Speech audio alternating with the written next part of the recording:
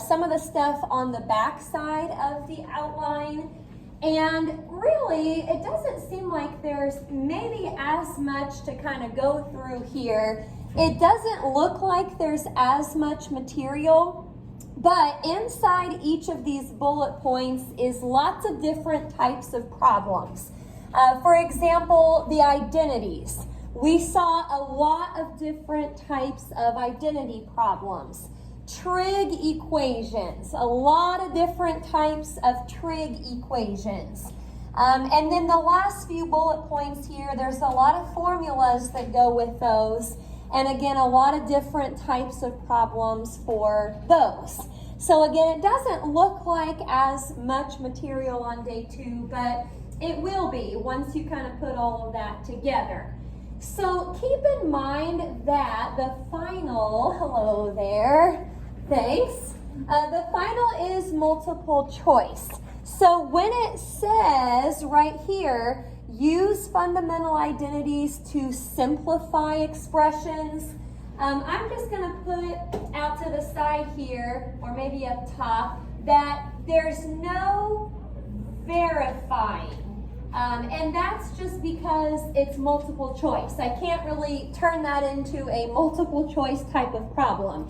So you're not going to have to verify where we kept the left side, no, we kept the right side, worked on the left side. You're not going to have any quite like that, but you will have to simplify some expressions. So some of the things that we did in those verifying problems, you might need to know how to do some of that stuff, but it's going to be more just, hey, simplify this expression. And then you'll have your choices so you can match up which one works.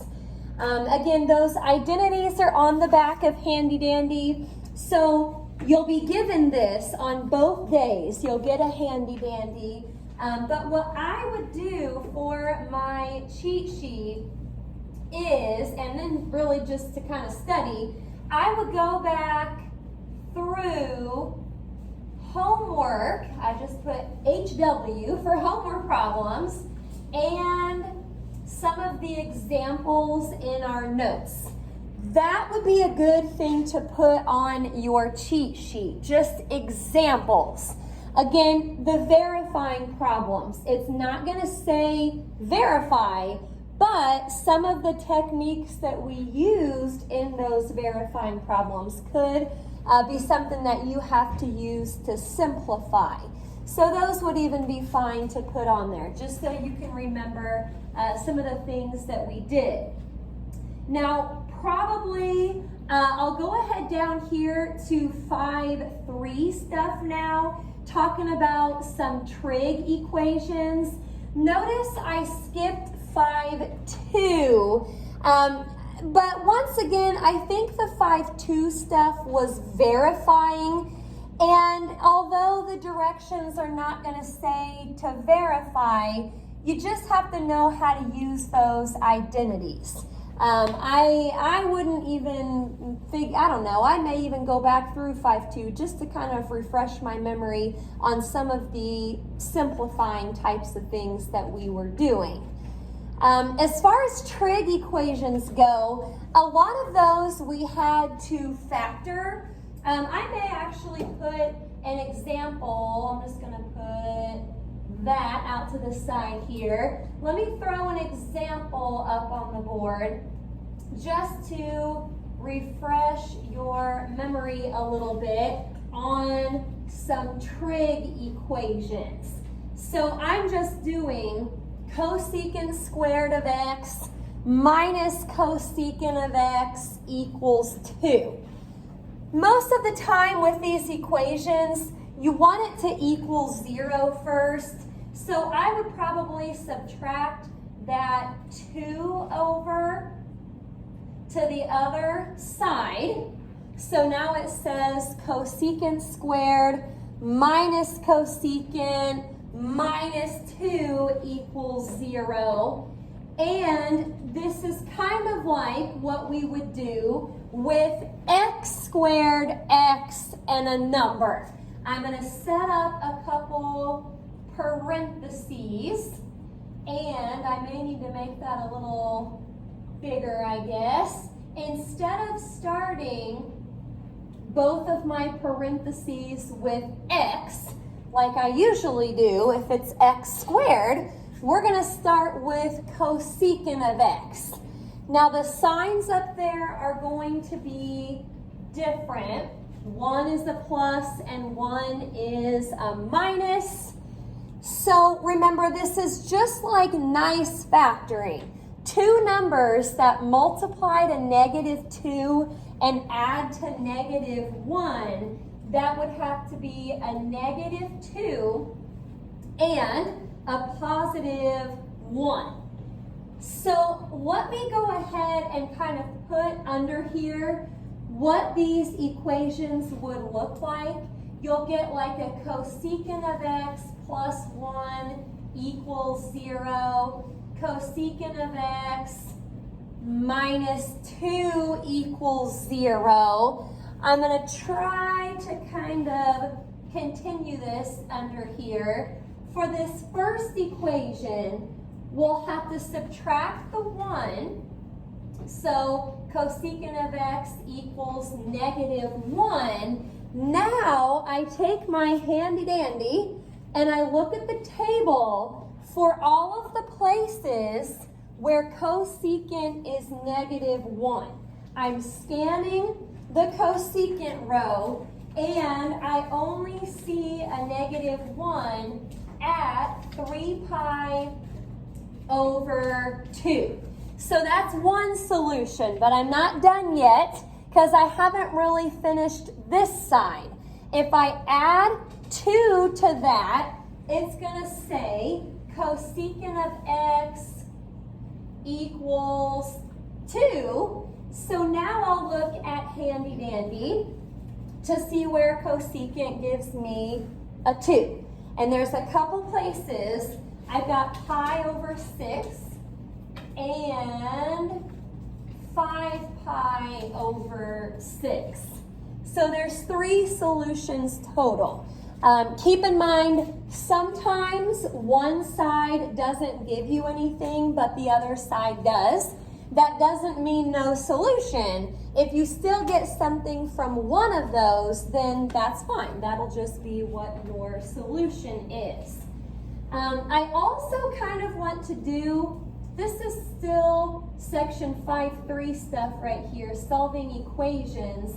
I kind of want to do a multiple angle equation with you because I think these are kind of hard to remember sometimes.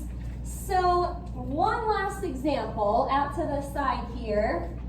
Let's try cotangent of x over 3, x divided by 3 equals 1. Cotangent of x divided by 3 equals 1. It's not going to tell you that it's multiple angle, and it didn't when we took our chapter 5 test either. That's just something that you kind of have to recognize. So here's what gives it away. Right here, it's not just cotangent of x, it's something other than x. In this case, it's x over 3. So what I'm going to do first is just pretend like this says cotangent of x equals 1. If that said cotangent of x equals 1, I would go to my table, look for all of the places where cotangent is 1, and that is pi over 4 and 5 pi over 4. But I don't want cotangent of x to be 1. I want the x over 3. So what we did was we set x over 3, or whatever that thing is other than x, we set that equal to the values that we got on handy dandy. So again, it was pi over 4 and 5 pi over 4. Okie doke. To solve for x, for like if you look at this equation, actually they're kind of the same. X is being divided by 3, so we just need to multiply both sides by 3 to get X by itself. Now I'm going to squeeze this in over here. When I multiply by 3 on this side, I almost want to think of the 3 over 1. So I get back a 3 pi over 4. That's one of my solutions. On this side, I'm running out of room a little bit over here, but if I multiply by 3 over there, 5 pi times 3, that would be 15 pi, and then over 4. So we did an example of just a normal, there goes my paper, darn the luck, just a normal equation that we had to factor, and then a multiple angle.